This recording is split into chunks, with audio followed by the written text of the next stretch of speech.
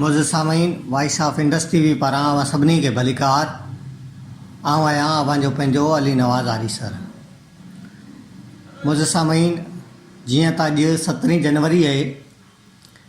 ऐं 17 जनवरी साईं GM सैयद जो जनम ॾींहुं आहे। मुफ़क्किर आज़म रहबर सिंध साईं GM सैयद जे जनम ॾींहुं जी मुनासिबत सां अॼु असां हीअ डॉक्यूमेंट्री अवांजे अॻियां पेश करे रहिया आहियूं। हिन डॉक्यूमेंट्री में असां सिंध जे टिनि आलमनि मोहतरम मदद अली सिंधी, मोहतरम नफ़ीस अहमद नाशाद ऐं हैदर दरिया ज़ऊर खां साईं GM सैयद जे हवाले सां ॻाल्हि ॿोल कई आहे, जेका यकीनन अव्हांखे पसंदि ईंदी। छाकाणि जो मदद अली सिंधी पुराणे वक़्त खां जीअं सिंध सां लाॻापियल रहियो, साईं GM सैयद खे वेझो रहियो, साॻीअ तरह नफ़ीस अहमद नाशाद बि उन दौर सां सलाड़ियल रहियो। सिंधी अदबी बोर्ड बज़्म सुफ़िया सिंध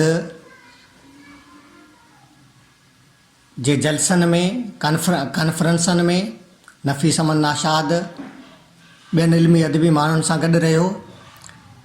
उन दौर जूं यादगिरियूं वंड कयूं आहिनि। ऐं साईं हैदर दरिया जंहिं साईं GM सैयद ते खे घणो पढ़ियो आहे, साईं जो नज़रियाती पोइलुग आहे। तंहिं करे पाण अॼु उन्हनि खां साईं GM सैयद बाबति ॿुधंदासीं। हिते मूंखे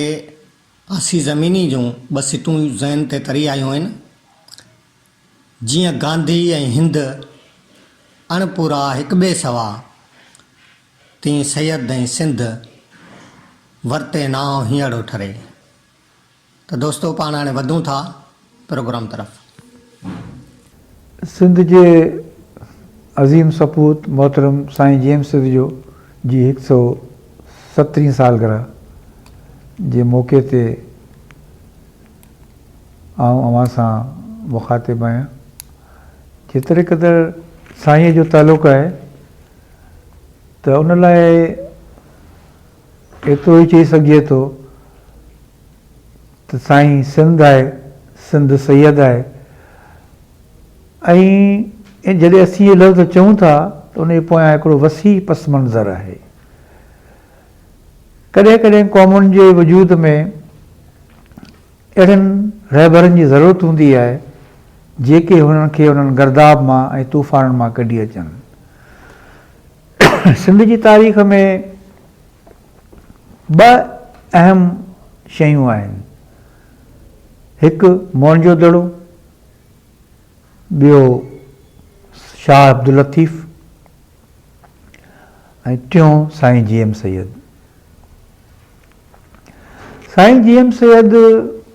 सिंधी क़ौम खे पंहिंजे सुञाणप जी जो अहसासु ॾियारियो ऐं हुन जी सोच न फ़क़ति सियासी हुई, पर हुन जे सोच जा केतिरा ई असीं उन खाननि में रखी सघूं था। मिसाल तौरु मोहतरम GM सैयद हिकु सियासतदान, मुहब वतन सियासतदान, सिंध परस्त,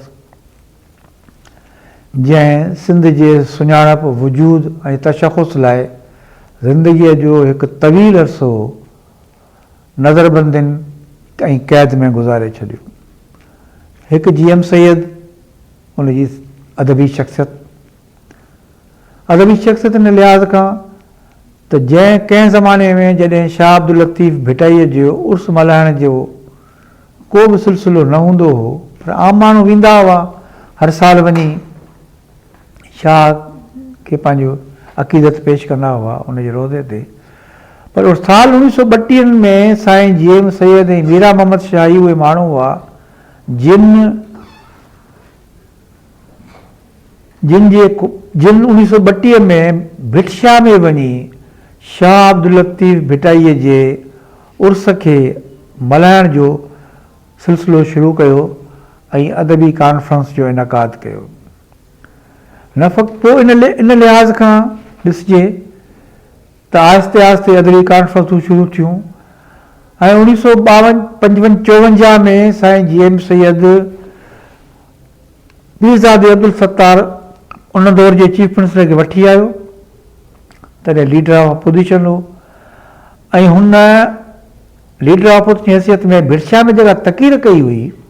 उहा पढ़ी ॾिसो त तव्हांखे हैरत लॻंदी त हुनखे इहा ख़्यालु कीअं आयो त लतीफ़ ते तहक़ीक़ जा दायरा थियणु खपनि, लतीफ़ जी लोगत थियणु खपे, लतीफ़ साईं ते जे फ़नकारनि खे सिखिया ॾियण जा स्कूल हुजनि, ऐं मौजूदा भिरशा कल्चरल सेंटर जो ख़ाको बि साईं GM सैयद ॾिनो। हाणे अचूं था पाण वरी तइलीम जे लिहाज़ खां। GM सैयद हिकु तइलीमदान, अव्हांखे ख़बर हुअणु खपे त सिंध खे यूनिवर्सिटी कान हुई। अंग्रेज़ बि हिकिड़ा अजीब माण्हू हुआ। अंग्रेज़नि पंजाब में त कॉलेज बि ठाहिया, यूनिवर्सिटियूं बि ठाहियूं, पर सिंध में कॉलेज बि सिंधी हिंदुनि ऐं मुसलमाननि गॾिजी खोलिया। DJ कॉलेज ॾिसो, हैदराबाद जो कॉलेज ॾिसो, शिकारपुर कॉलेज ॾिसो, सिंध मदरसो ॾिसो हसन अली अफंदी जो। साईं GM सैयद जॾहिं वज़ीर तइलीम थियो आहे 42 में, त हुनखे इहो ख़्वाहिश पैदा थी त सिंध खे पंहिंजी यूनिवर्सिटी हुजे। उन वक़्तु हुन अलामा आया कादी, जेठमल परसराम, डॉक्टर दाऊद फोटो ते मुश्तमिल हिकु कमेटी ठाही त सिंध यूनिवर्सिटी ठहणु खपे। सिंध यूनिवर्सिटी उनजे कोशिशुनि सां ई ठही, ऐं 47 में जेको बिल पास थियो सिंध यूनिवर्सिटी जो, उन में बि हिननि माण्हुनि जूं कोशिशूं हुयूं। त मूं जेका अर्ज़ु पे कयो त घण रुख़ शख़्सियत हो साईं GM सैयद, जंहिंजे शख़्सियत ते ॻाल्हाइण लाइ लिखण लाइ किताब खपनि। साईंअ खे ते जेतिरो बि ॻाल्हाइजे घटि आहे। आऊं कंहिं ज़माने में अॻिते क़दम रिसालो कढंदो हुउसि त मूं साईं GM सैयद नंबर कढियो हो जनवरी 73 में।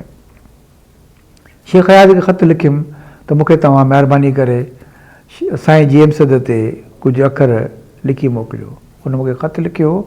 ॾाढो अजीब हिकिड़ो न अणविसरंदड़ ख़त आहे। उन जूं हिकु ॻाल्हि मूंखे यादि आहे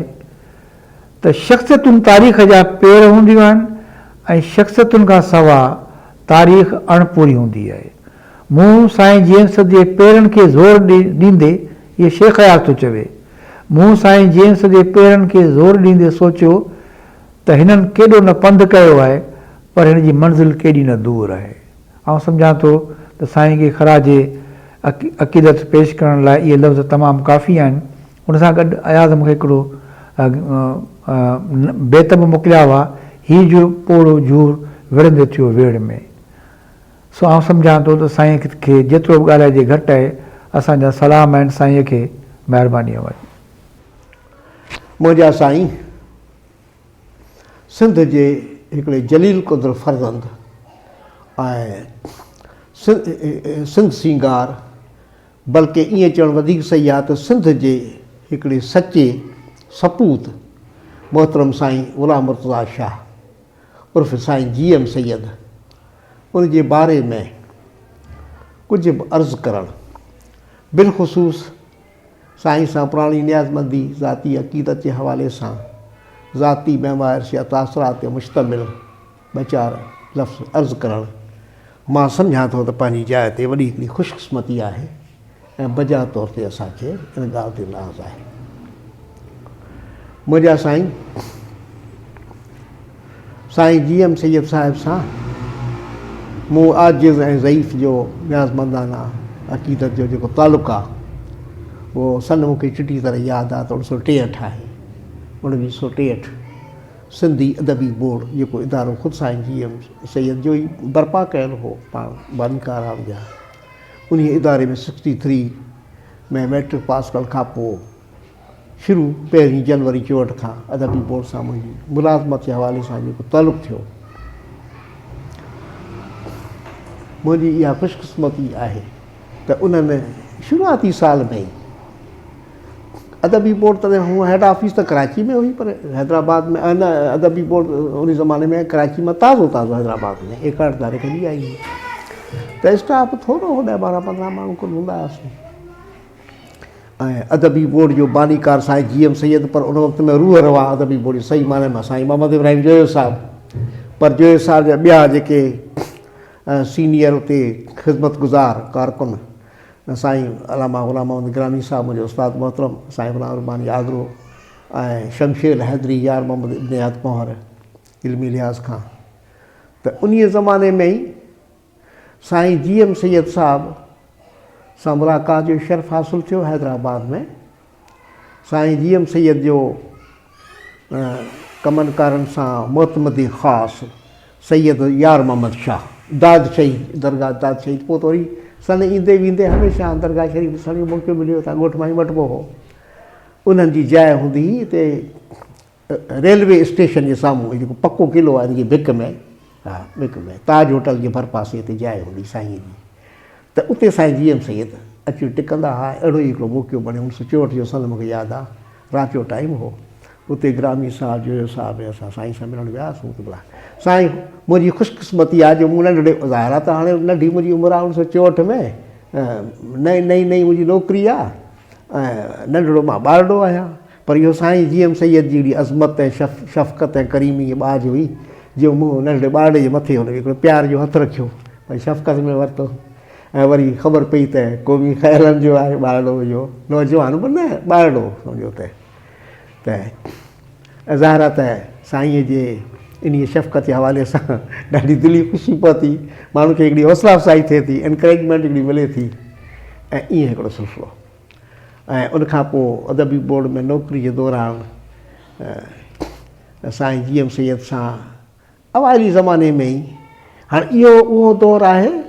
64 जो जेको मूं चयो आहे, साईं जूं डायरियूं, साईं जो रिकॉर्ड हिकु हिकु शइ सिंध में ॿिए कंहिं शख़्सियत जो एतिरो महफ़ूज़ कोन्हे जेतिरो साईं GM सैयद पंहिंजी पाण प्रिज़र्वेशन कई आहे। ऐं अयूब ख़ान जो ज़मानो आहे। ऐं होॾां वरी सिंध जे हवाले सां त वेस्ट पाकिस्तान गवर्नमेंट आहे लाहौर में, ऐं बनी पंहिंजे औज इक़बाल सां क़ाइमु दाइमु आहे, 64 वारो ज़मानो आहे। ऐं साईं GM सैयद उन ज़माने में घणो तड़ो नज़रबंद, हाउस अरेस्ट, सन में ई हाउस अरेस्ट, इहो दौरु आहे। पर साईंअ सां अक़ीदत जे पेश नज़र असांजे अदबी बोर्ड बाज़ार त सरकारी इदारो हो ऐं वेस्ट पाकिस्तान गवर्नमेंट जे अंडर में हो, तनख़्वाहूं उहे ॾींदा हुआ, ग्रांटूं उतां ईंदियूं हुयूं। पर सची ॻाल्हि इहा त उते असां सभु कारकुन बावजूदि इन सरकारी नौकिरी जे साईं GM सैयद सां मुसलसल ऐं लाॻीतो राबितो वास्तो, अचणु वञणु, सलाह मशवरो, इहा शइ जारी ऐं क़ाइमु इहा हुई। एतिरे क़दुरु जो साईं वटि उते वञणु जॾहिं थींदो हो सन में, मूंखे यादि आहे हिकु दफ़ो त 3 ॾींहं 3 रातियूं लाॻीतो हो। ग़ालिबन बस में सूफ़िया सिंध जो वॾो को इजलास हो, उहो सन 67-68 बाद में आहे। त अचणु वञणु पियो थींदो हो, साफ़ी जूं ॾुखियायूं तव्हां सम्झी सघो था उन दौर में। ऐं भाए थो ज़माने में सन में लाइट अञा कान आई, 64-65 वारे ज़माने में देरि सां आई आहे। पर साईं जो क़दीमी दरिया वारो बंगलो, हाणे त उते नई तामीरात आहे, उते अचण वञण जो सिलसिलो हूंदो हो। पर उहो हीअं त बुज़ुर्ग जोयो साहिबु, रबानी साहिबु, ग्रामी साहिबु, ख़ासि तरह 3, मां बि नंढो ॿारु उन्हनि सां गॾु हमेशह सफ़र में हज़र में। त ईअं हिकिड़ो साईं सां हिकिड़ो सिलसिलो इहो रहियो। पोइ सुतती मूंखे यादि आहे, साईं त हाउस अरेस्ट आहिनि, बिना इजाज़त सरकार जी त कॾहिं इलाज जे लाइ कराची हैदराबाद में वञी न पिया सघनि। अयूब ख़ान जो ज़मानो आहे, वेस्ट पाकिस्तान जो ज़मानो आहे। पर साईं उन ज़माने में ठाही हुई बज़्म सूफ़िया सिंध। बज़्म सूफ़िया सिंध हिकिड़ो सक़ाफ़ती फोरम, ऐं उन सॼे कमकार में हिकिड़ो लाॻीतो राबितो हीअं हूंदो हो त साईं जा फर्ज़ंद, ख़ासि करे साईं इमदाद मोहम्मद शाह, क्वाइट यंग हो, उहो हैदराबाद में ईंदा हुआ। ऐं साईंअ जा 2-3 ॿिया मोतमद ख़ासि अदबी बोर्ड में, साईं जो इहो इल्मी अदबी लिखणु पढ़ण जो कमकार सॼो अदबी बोर्ड में थींदो हो। तॾहिं असां सिविल लाइन में हूंदा हुआसीं, अञा अमीन गाॾी खाते में बि कोन आया आहियूं। ख़ासि तरह मूंखे यादि अचे थो अरबाब नूर मोहम्मद पली जो, ऐं ॿियो मोहम्मद सूमार थेबो, जेको उर्फ़ आम में अलड़ ख़ान सॾिबो हो। ऐं तमामु घटि माण्हुनि खे ख़बर हूंदी हुई त हिन नालो असुलु मोहम्मद सूमार थेबो, उहो साईं जो मोतमद ख़ासि। पोइ ज़माने में साईं जॾहिं गफ़ार ख़ान जी अयादत जे लाइ इंडिया वियो तॾहिं बि उहो अलड़ ख़ान गॾु मोहम्मद सूमार थेबो, ऐं ॿिया साईं जा त अदबी बोर्ड में अचणु वञणु हूंदो कमकार सां। त इहो बज़्म सूफ़िया सिंध जो जेको सक़ाफ़ती सिलसिलो आहे, हिन में साईं माशाअल्लाह निहायती हिमत ऐं मर्दानगी बेबाकी ऐं जुरत सां सॼी सिंध खे जागृता पैदा करण जे लाइ अयूब शाही जे बावजूदि त उन सॼे कमकार में साईं सां अक़ीदत ऐं इरादत में साईं सां गॾु गॾु कमकार में नंढे कारकुन जे तौर ते ऐं बख़ुदा मूंखे पंहिंजे बारे में कंहिं क़िस्म जी का दावा कान्हे त मुंहिंजो उन में किरदारु उथी वेठी में हलण चलण में शायदि एतिरो ई मस हूंदो त गिलास खणी उन ज़माने में मिनरल वाटर जूं बोतलूं कोन निकितियूं हुयूं जॻहि गिलास खणी हाज़िरी महफ़िल खे माण्हू पाणी पीआरियो हूंदो एतिरो नंढिड़ो हिकिड़ो किरदारु त बजा तौर ते हिकिड़ो फ़ख़्रु हासिलु आहे जेका असुलु ॻाल्हि आहे उहा कजे हर जो माण्हू झटि न हणे त मूं वरा खे पाणा माया थी रहिया अॼु आम त माण्हू चवंदा आहिनि हुन मां फ़ाइदो कोन्हे को पर हिकिड़ो हुन साईं जो शफ़क़त करीमी सॼे ऐं उन कॉन्फ्रेंस में मूंखे यादि आहे त सॼी सिंध खे ॾिसण जो सुठो मौक़ो हीअं मिलियो त उहो साईंअ जो अर्ज़ु कनि भई दादशाही जी दरगाह जो सुजादा नसीन साईं यार मोहम्मद शाह अलाह साईं हुनखे वॾी हिकिड़ी वजाह सां त नवाज़ियो हो पर पोइ वॾे वज़न सां बि नवाज़ियो हो माशाअल्लाह माशाअल्लाह साईं यारमन शाह वॾो हिकिड़ो ग़ैर मामूली तौर ते हिकिड़ो फ़र्बा साईं यारमन शाह ठेकेदारी कंदो हो न त उन वटि हूंदियूं हुयूं फादर जीपूं पुराणे ज़माने जूं ट्रकनि खां नंढियूं नंढियूं ट्रकूं ईअं बेबी ट्रकूं उनजी फादर जीपूं सॾियूं हुयूं टे चारि हूंदियूं हुयूं उन्हनि फादर जीपनि में सॼी सिंध जो सफ़र थींदो ॿियूं जीपूं हूंदियूं उन ज़माने में साईं जी पहिरीं कॉन्फ्रेंस मूंखे चिटी यादगिरी आहे त ठटे में इहो सईद आली शाह शिराज़ी जे ॿेड़े जे मौक़े ते पर ठटे जे शहर में म्यूनिसिपल हाई स्कूल में सिंध सकाफ़ती पहिरीं कॉन्फ्रेंस बज़ में सुफ़िया सिंध जी उन में हुसन इतफ़ाक़ सां कराची मां साईं जा पुराणा ॿ दोस्त जेके आहिनि हातिम अलवी ऐं मोहम्मद हाशिम गज़दर इहे बि उन में आया ऐं उते ई असां इहे ॾिठा ऐं उन वक़्त में इहो ज़िक्र करणु बेहदि ज़रूरी आहे त जेके माण्हू साईंअ जे इन कमकार में अॻियां अॻियां बुज़ुर्ग जेके हुआ उन में जोयो साहब रबानी साहब ऐं गिरामी साहब त अदबी बोर्ड जे तरफ़ां पर हूअं ॿिया ख़ासि ख़ासि जेके बुज़ुर्ग इन सॼे कमकार में गॾु हूंदा हुआ उन में नुमाया हैदराबाद चेतोई काज़ी फैज़ मोहम्मद कामेड ग़ुलाम मोहम्मद लग़ारी मेपो ख़ासि वारो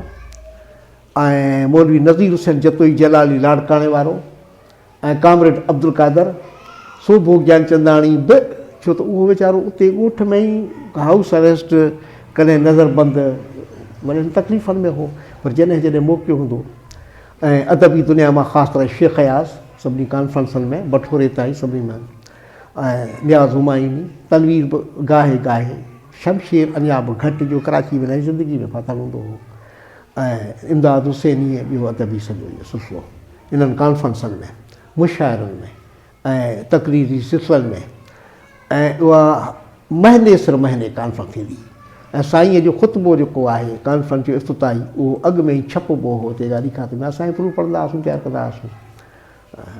इफ़्तिताही ख़ुतबो बज़ में सुफ़िया सिंध जी पहिरीं कॉन्फ्रेंस इहा ठटे वारी ऐं उनखां पोइ हिकिड़ो सिलसिलो हलियो ग़ालिबन ॿियो भुलिजा नथो त दादशाही ते यारमन शाह वटि दरगाह दादशाही ते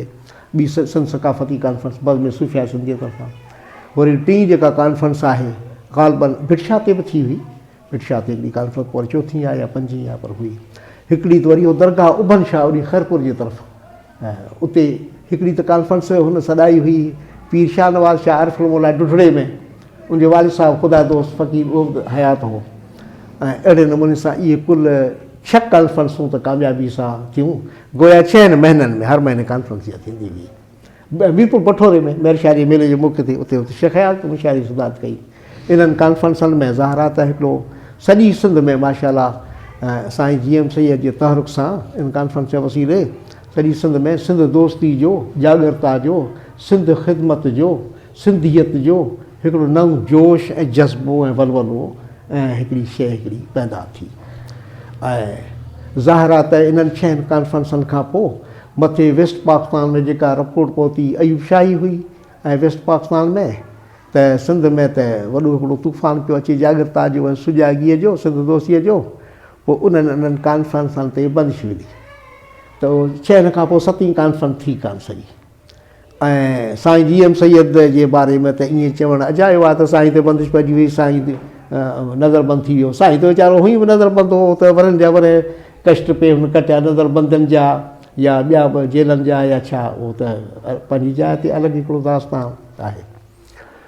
ऐं उनखां पोइ कराची में सैदर मंज़िल साईं बाज़ोकात वरी अॻिते हली कॾहिं कॾहिं मोकल खां थोरो ई वक़्तु ईअं थींदी हुई वरी नज़रबंदियुनि जा सिलसिला इहो त अलॻि हिकिड़ो रिकार्ड जे हिसाब मां हींअर हुन तफ़सील में वञणु कोन थो घुरां। पर सन खां अलावा हुते कराची में हैदर मंदिर ते बि असां अदबी बोर्ड जे तरफ़ां न पर साईं सां मुलाक़ात साईं जी ख़िदमत में। हाणे जेके इहो सॼो सिलसिलो आख़िर ताईं ईअं रहियो, पर जेका ख़ासि ॻाल्हि मूं जेका नोट कई इहा त सिंधी अदबी बोर्ड बावजूदि सरकारी इदारे हुजण जे ऐं सिंध गवर्नमेंट त वञू जे टुटण खां पोइ बर्पा थी आहे 70 में, जुलाई 70 में, उनखां अॻु में त वेस्ट पाक मां माना मर्कज़ लाहौर आहे। लाहौर माना धुरियूं ई धारिया सभई। ऐं हिते वरी जेके पंहिंजा हुआ पंहिंजा उन्हनि जेका ॾेखारी उहो वरी अलॻि हिकिड़ो दास्तान आहे। पर सिंधी अदबी बोर्ड जे सिलसिले में मूं महसूसु कयो त Sain GM Syed as a बानीकार सिंधी अदबी बोर्ड जो अदबी बोर्ड जे अफेयर्स में हमेशह निहायती पंजाब सां दिलचस्पी सां जानफशानी सां दिलचस्पी वठंदो हो। हमेशह अदबी बोर्ड हमेशह ॿुधाइबो हो साईं GM सैयद खे त हीअ स्कीमूं आहिनि, हीअ प्रोजेक्ट आहिनि, हीअ कमकार आहे, कारकर्दगी उहा वर्बली सॼी साईं ॿुधाइबी हुई। ऐं उनजे बारे में साईं जे तरफ़ां हमेशह बहितरीनु तजवीज़ूं सलाहूं मशवरा इशा जे सिलसिले में ऐं उन ते अमल बि थींदो हो। हाणे इहो अनऑफिशियली हिकिड़े क़िस्म जो, हालांकि सरकार जे तरफ़ां त साईं मातूब हूंदो हो, इदारो सरकारी हो, पर इहे बाक़ाइदा वज़हदारी जूं रिवायतूं हूंदियूं हुयूं जीअं शुरू खां वठी। साईं GM सैयद अदबी बोर्ड त 1940 में पाकिस्तान ठहण खां अॻु में 1940 में थोरो वक़्तु छमनि जे लाइ एजुकेशन मिनिस्टर जे तौर ते त हिकिड़ो मुतबिर माण्हू मुफ़क्किर माण्हू वॾे वीहनि वारो माण्हू हुन उन ज़माने में ई साईं मूं किथे पढ़ियो आहे साईं जे बारे में त 1930 खां अॻु में ग़ालिबन 1928 1929 जे ज़माने में साईं GM सैयद कराची में जॾहिं लोकल बोर्ड ऐं ॿियनि कमनि में एक्टिव हूंदो त उन मशहूरु सब कॉन्टिनेंट जो बरे सग़ीर जो इल्मी इदारो अंजुमन दारुल मुसन्निफ़ीन अंजुमन माना दारुल मुसन्निफ़ीन आज़मगढ़ शिबली नौमानी एकेडमी दारुलगढ़, उहो उन ज़माने में उन इदारे जी वॾी हिकिड़ी सब कॉन्टिनेंट लेवल ते हाक ऐं धाक हुई। त उतां आइडिया वठी साईं GM सैयद सोचियो त असां सिंधी अदब ऐं ॿोली ऐं सकाफ़त ऐं तारीख़ खे तरक़ी वठण जे लाइ उन पैटर्न या घाड़े ते या फॉर्मेट ते इदारो ठाहियूं। ये अदबी बोर्ड एक्चुअली साईं GM सैयद जे छा चइजे दिमाग़ में जेका हुई ब्रेन चाइल्ड, इहो 1928 38 में ज़ाहिर आहे त नौजवानी जो ज़मानो हो, पर हिकिड़ा मुतबिर हिकिड़ा वीहनि वारा माण्हू पंहिंजे मुस्तक़बिल जे हवाले सां सोचण वारनि माण्हुनि जो इहो शेवो थी वेंदो जेको साईं GM सैयद हो। पोइ अॻिते हली 1940 में मौक़ो इहो मिलियो 10 साल खां पोइ त हुन इहो सिंधी अदब मर्कज़ सलाहकार साहित्य बोर्ड जो कयो। पोइ त अॻिते हली त बंटवारे जे करे सॼी शइ ते असरु पियो। वरी 1951 में साईं GM सैयद ख़ामोश थी कोन वेठो, वरी जॾहिं 47 में इहो बंटवारे जो जेको थियो सिलसिलो उनखां पोइ वरी थोरो ठारा आयो हालतुनि में त 1951 में उहा साॻी शइ जेका डिस्टर्ब थी वई हुई सॼी ख़तमु थी वई 1940 वारी सिंधी अदब लाइ मर्कज़ी सलाहकार बोर्ड उन शइ खे वरी रिवाइव कई नए रूप ऐं शेप में। ऐं उन वक़्त में सिंधी ॿोली ऐं अदब जे लाइ साईं GM सैयद सिंध गवर्नमेंट खे जेको ॾिनो हो प्रोग्राम उन में उन जो नालो हो committee high power executive committee for the promotion of Sindhi literature. उन जो हिकिड़ो साईं GM सैयद गवर्नमेंट खे ॾिनो जंहिं ते अदबी बोर्ड जो ठहियो। उन में त मूंखे यादि आहे त हाणे त सिंधी बोर्ड जी ऑफिस में इलाही शयूं आहिनि या न, पर उहे शयूं असांखे ॾिठल आहिनि त साईं GM सैयद जेको प्रोग्राम ठाहे ॾिनो उन में 4 माण्हुनि जूं सयूं हुयूं। हेठां शमसुलबा अलामा डॉक्टर दाऊद पोटो, अलामा आया काज़ी ऐं पीर अली मोहम्मद राशिदी ऐं पीर हुसामुद्दीन राशिदी, इहे 4 जा सलाहकार या हमकार हुआ ऐं पाण मुहरिक हो। उन पेज जे हवाले सां त सिंधी अदबी बोर्ड ठहियो। अॻिते हली 1951 में सिंधी बोर्ड नालो उनखे मिलियो। गोया कि साईं GM सैयद जीअं बानी हो या सॼे कमकार जो त अॻिते हली सॼे कमकार जी प्लैनिंग करणु या छा। ऐं आख़िर ताईं पोइ ज़माने में जॾहिं साईं सां मुलाक़ात थींदी हुई त असां ॾिठो त सिंधी ॿोली अदब ऐं इदारे जी बहितरी जे बारे में उनखे ओन दिलचस्पी उनजे बारे में मशवरा सलाहूं हिसो वठणु किरदारु इहो साईं जो जेको अदबी पहलू आहे साईं जो सिंध जी तारीख़ जे बारे में सकाफ़त जे बारे में गोया त सिंधी अदबी बोर्ड जे सभिनी कमनि कारनि में आख़िर ताईं साईं GM सैयद बावजूदि जे त हू कहिड़ी पोज़ीशन में हो बोर्ड में न हो तॾहिं बि बावजूदि जे त सॼे कमकार में बाक़ी ज़ाती तरह सां उहो त हाणे सॼे जहान खे मालूम आहे त साईं GM सईद जी बुनियादी जेका ज़ाती वसफ़ आहे सा त आहे महिमान नवाज़ी, जग मशहूरु आहे। सो मां सम्झां थो त हुन चोट खां वठी साईं जी हयाती ताईं सन में थोरे हैदर मंज़िल में असांजो त साईं सानियाज़ मंदिर जो तालुक़ु अचण ॼण छाकाणि त सरस हूंदो, तंहिंजे करे साईं जे महिमान नवाज़ी मां वधीक लुत्फ़ अंदोज़ या मसरूर त मां बाए थो असां वधीक रहियासीं। साईं जो दस्तरख़ान त हमेशह कुशादो हूंदो ऐं उते सन में असांजी मौजूदगी में ई महसूसु थींदो त 7 महिमान अञा निकिता त 5 ॿिया पिया अचनि, वरी हवेली में बुर्ची खाने में ईंदो नियापो त 7 माण्हू, अञा उहे 7 माण्हू अञा महिमान अञा पहुता ई मस्तनि त वरी 3 विया त 5 वरी ॿिया पिया अचनि। इहो ख़ुदा जो शान आहे त अजीब क़िस्म जो हुननि जी एॾो फ़राक़ दिलि ऐं फ़राक़ ज़हन ऐं फ़राक़ मिज़ाज महिमान नवाज़ी जे हवाले सां, ऐं ॿियूं बि बेशुमार उनमें शफ़क़त जूं, करीमी जूं, ॿाझ जूं ऐं वज़हदारी जूं, जहां बीनी जूं। ऐं ॿियो हिकिड़ी ॻाल्हि मूं ख़ासि नोट कई, तालुकात निभाइण जे हवाले सां साईं GM सैयद जो हिकिड़ो हुनजो आउं वरी ज़ाती पंहिंजो मिसाल ॾियां थो। हाणे इहो भुलिजा नथो त 77 आहे या 76 जो ज़मानो आहे, माण्हू वञी कोन सघियो कंहिं सबब जे करे, मूं टपाल में ख़त लिखी मोकिलियो त जवाबु साईं जे तरफ़ां पंहिंजे हथ अखरे मोकिलियो आहे, ख़त इहो जवाबु आयो, उन में लिखी त मुख़्तसिर ख़त आहे, उन में लिखी मथां मोहतरम नाशाद साहब, पोइ लिखी अस्सलाम वालेकुम, अमीर हैदर शाह ऐं इमदाद मोहम्मद शाह जी वालदा जी रहलत ते अव्हां जे तरफ़ां पहुतल ग़मगुसारीअ जो ख़त मुंहिंजे लाइ दिली तस्कीन जो सबबु थियो। हाणे इहे लफ़्ज़ ईअं ई आहिनि, इहे पहिरीं पैरा थी पूरी, ॿी पैरा में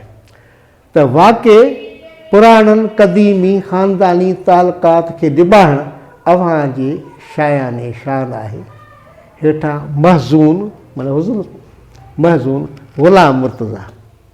सिटो ई 2 अखर ई 4। ॾिसो माण्हू जो हिकिड़ो वियन, हुनखे हू सॾे थो त क़दीम पुराणा ख़ानदानी तालुकात निभाइण वारा शहर, त ज़ाहिर आहे त हू पाण उहा अज़ीम जलील क़दुर शख़्सियत पंहिंजे वैल्यूज़ अक़दार ऐं जेके तालुकात उनजे निभाउ जे सिलसिले में हुन माण्हू खे पासदारी आहे, हुन ते हू मुतमैन थिए थो, माना हू पाण उन शइ जो मंबा ऐं सरचश्मो ऐं निगहदार ऐं मुहाफ़िज़ जेको बि नालो ॾियो थी सघे थो। त इन तरह सां मुंहिंजा साईं हाणे सिंध जे सपूत जंहिंजो नसुल दर नसुल असांजो साईं जे मथां हिकिड़ो सलाम आहे, हुनजी क़ौमी ऐं वतनी ऐं सिंधियत जी ख़िदमतनि जे हवाले सां, हुन अज़ीम शख़्सियत जा त हज़ार ई पहलू आहे न। मुक़ररु टाइम जे हवाले सां मां त भाए थो त कुझु ज़्यादा ई आहे, तव्हांजो वक़्तु वठी चुको आहियां ऐं कमी कोताही जी आख़िर में मां माफ़ी घुरां थो। साईं GM सैयद ते जेकॾहिं केर बि कहिड़ो बि दानिश्वर, कहिड़ो बि मुफ़क्किर या कहिड़ो बि फ़लसफ़ी ॻाल्हाईंदो त साईं GM सैयद हिकु शख़्सियत रुगो कोन्हे, हिकिड़ो इदारो बाक़ाइदे पाकिस्तान जी सियासत जे बानीकारनि मां, यानी हे उहे शख़्सियतूं हुयूं जिन पाकिस्तान जे वजूद खे नज़र में रखी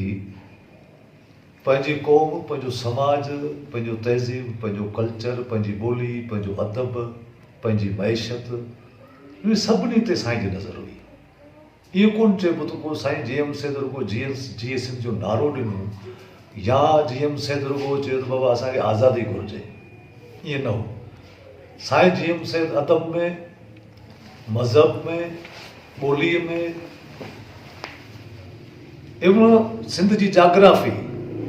सिंध जी ज़राइत, सिंधी माण्हू जी नफ़्सियात, सिंधी माण्हू जी चाल चलत, हलणु फिरणु, घुमणु फिरणु, सिंधी माण्हू जी सियासत, उन्हनि खे बि ॼाणंदो। उनखे ख़बर हुई त पाकिस्तान जे वजूद खां पोइ छा थियणो आहे। जॾहिं उहो साईं उहो महसूसु कयो त उन पाकिस्तान वारे नज़रिए मां ई कढी छॾियो। हुन चाहियो त हाणे हीअ जेका कंडीशन आहे, हिन में जेके बि सियासतदान या सियासतकार आहिनि जिन खां पाकिस्तान हली न सघंदो, उहा सुभाणे असांजी क़ौम खे निधड़कू करे हथु कढी वेंदा आहिनि। इन करे साईं GM सैयद पाकिस्तान जे चइनी क़ौमुनि खे छॾे पाण सिर्फ़ु पंहिंजी क़ौम जी ॻाल्हि कई पंहिंजी ॿोली, पंहिंजो अदब, पंहिंजो सकाफ़त, पंहिंजी तहज़ीब, पंहिंजी धरती, पंहिंजो वतन। ऐं उन लाइ रुॻो GMC ते कोन था रुॻो नारो ॾिनो ई उन ते पाण अकेलो बीठो न, हुन पूरी ज़िंदगी हुनखे वक़्फ़ करे छॾी। पंहिंजा पूरो दुनिया जा जेके बि हुनजा मक़सद हुआ, जेके बि ख़्वाहिशूं, जेके बि इरादा हुआ, इहो त GM सैद सिंध सां सिंध जे इश्क में इहो मुआहिदो करे छॾियो त हीअ मुंहिंजी पूरी ज़िंदगी आज़ादी लाइ आहे, सिंध वतन लाइ आहे, सिंधी माण्हुनि लाइ आहे, सिंधी ॿोली लाइ आहे, सिंधी अदब लाइ आहे। साईं GM सैद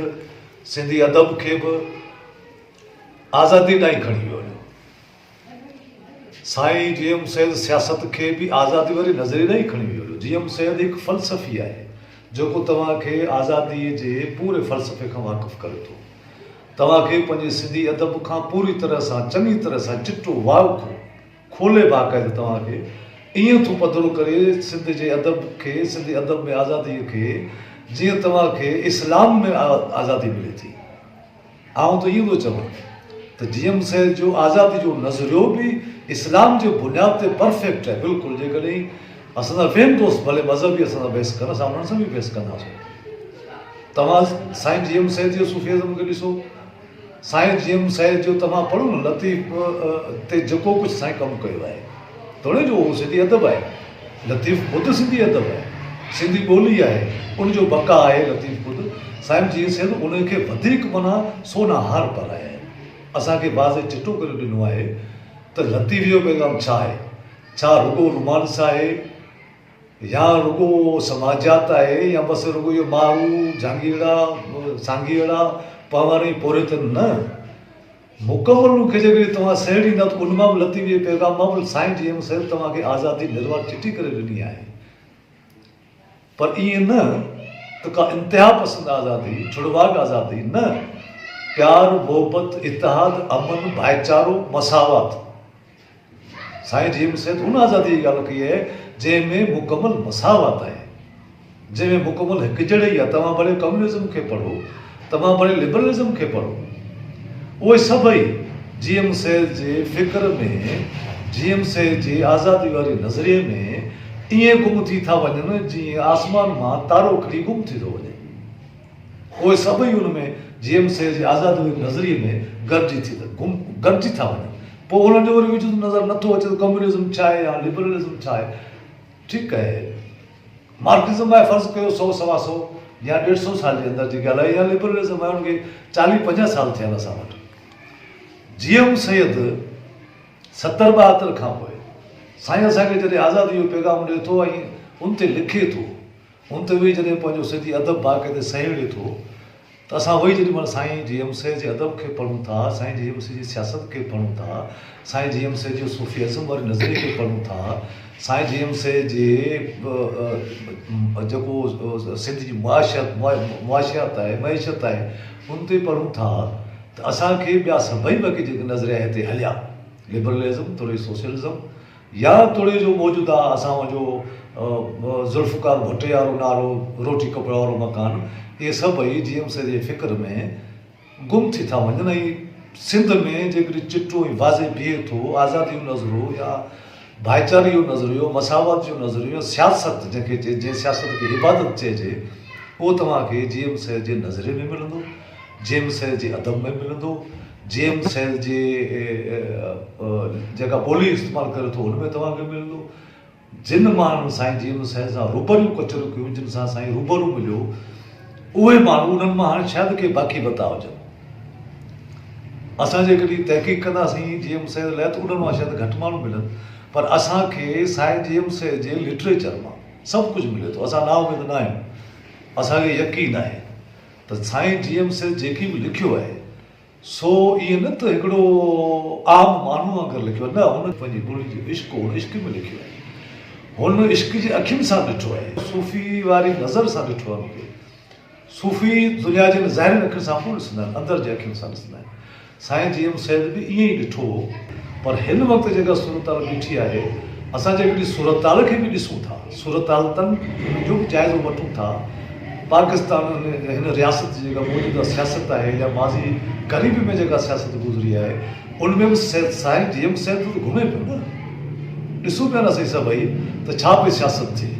जेका शइ अॻे जेम्स सैल जा कारकुन लिकी लिकी झंगलनि में ढंढनि में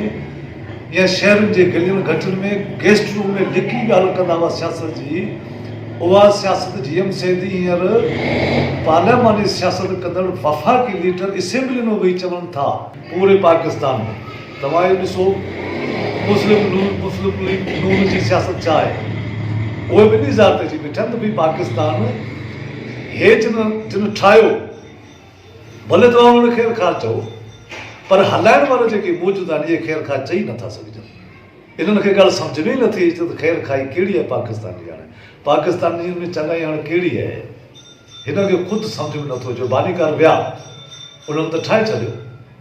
पर हाणे हलाइण वारा ख़ुदि जेके आहिनि उन्हनि खे ई ख़बर नथी पवे त असां हाणे पाकिस्तान खे कहिड़ी तरह सां हलाए सघूं था, कहिड़ी तरह सां बचाए सघूं था।